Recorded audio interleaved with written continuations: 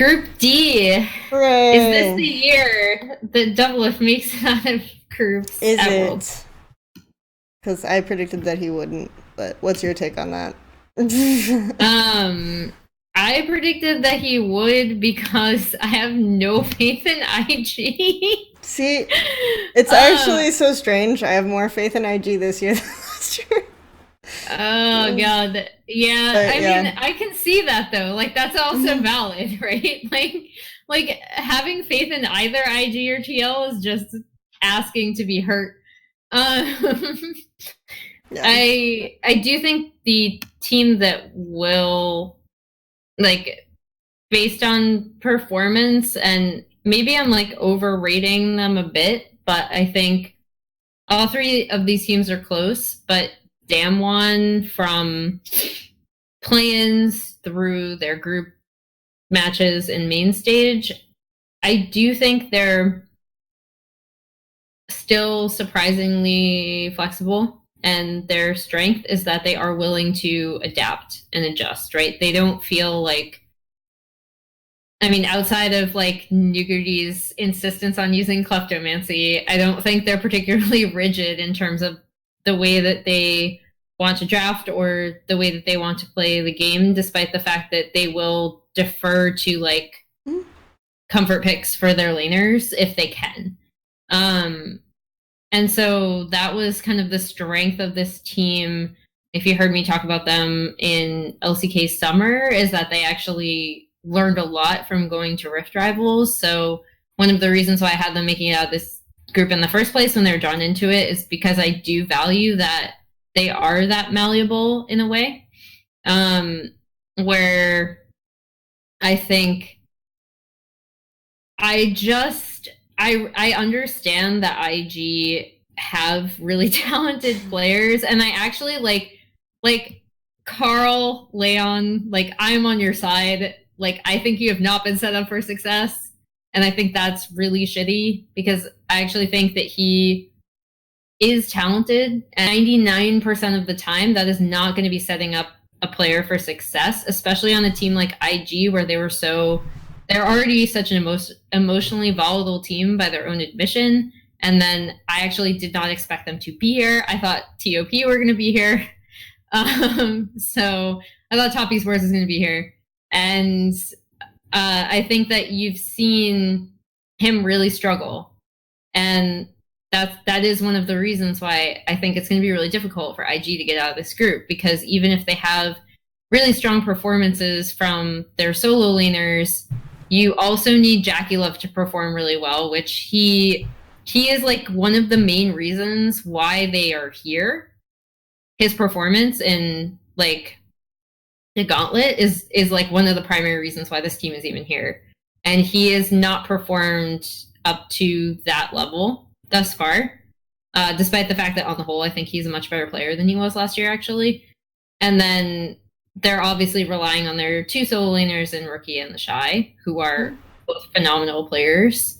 But that's only gonna take IG so far. So I just think there's so many ways to attack them, and I do think the jungle difference is going to hurt them unless, and again, like they have the most time to adapt, right? Mm-hmm. Historically, IG hasn't been a team that's been particularly good on that, about that. They've been more of a team that kind of runs on momentum. But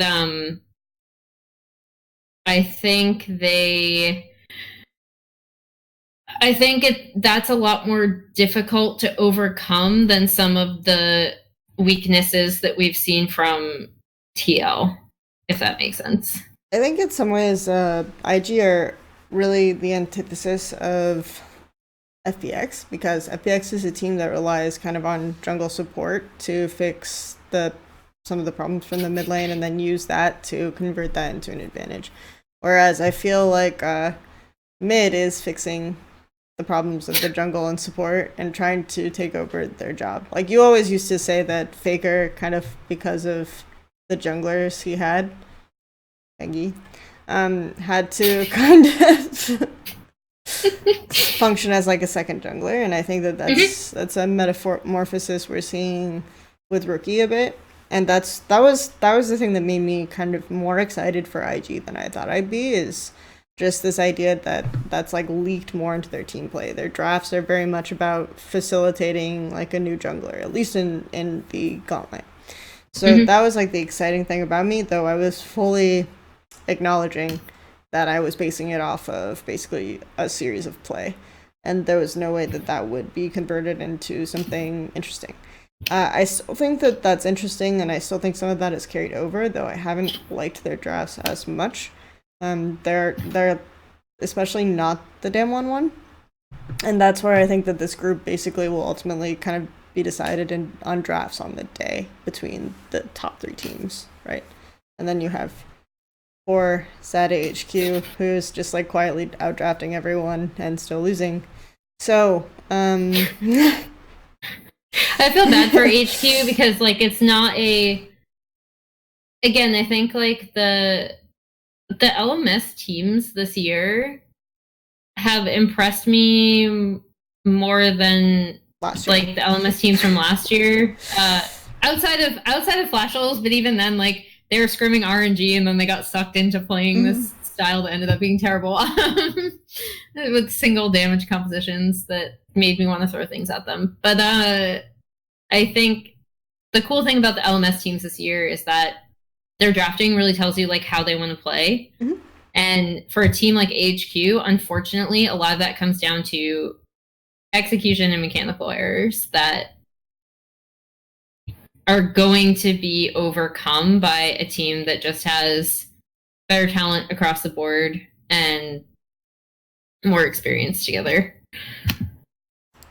I think, more or less, the unfortunate thing is that I still think Damwon and IG could be the ones to get out of this group, and I almost think that these teams are actually so close. It's really crazy, but I kind of want to give it to TL, not because I necessarily think that they're heavily favored, but because I think that IG's jungle support duo is going to be a massive problem as the tournament progresses in any kind of bracket stage, and so I kind of want to just give it to the team that I think get IG out like now, so you don't have to watch them.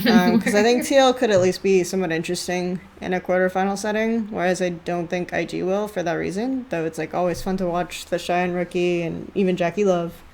I just think that this is not kind of their year, so it's a little bit unfortunate. But I think that like obviously this is very, very still a group that could get out, so I'm kind of giving it to the team that I sort of want to get out at this point. Yeah. That makes sense.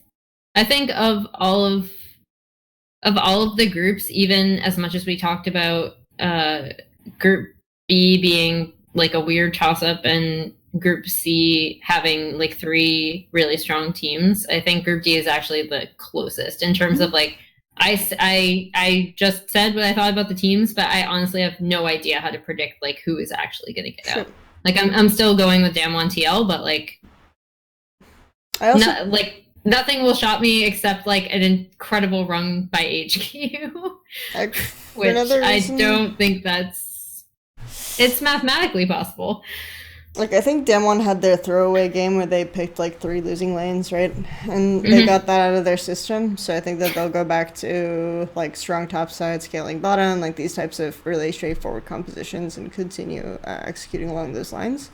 So that's why I think that they're pretty good on that front. I think IG's drafts are just really difficult to predict. I used to have a lot of faith in Mafa as drafting coach, and that was another reason why I had them as getting out. But I think TL has had kind of more consistency on that front, with the exception of forgetting or being unable to ban Rumble for whatever reason. So that's why I think that it's another reason why I think it's slightly less IG favored, and they're slightly less likely to come up with like the good compositions on the day. Anyway, that should be it for this episode of Making the Rounds. Thank you guys for watching, and have a great Worlds. So, woo! I will.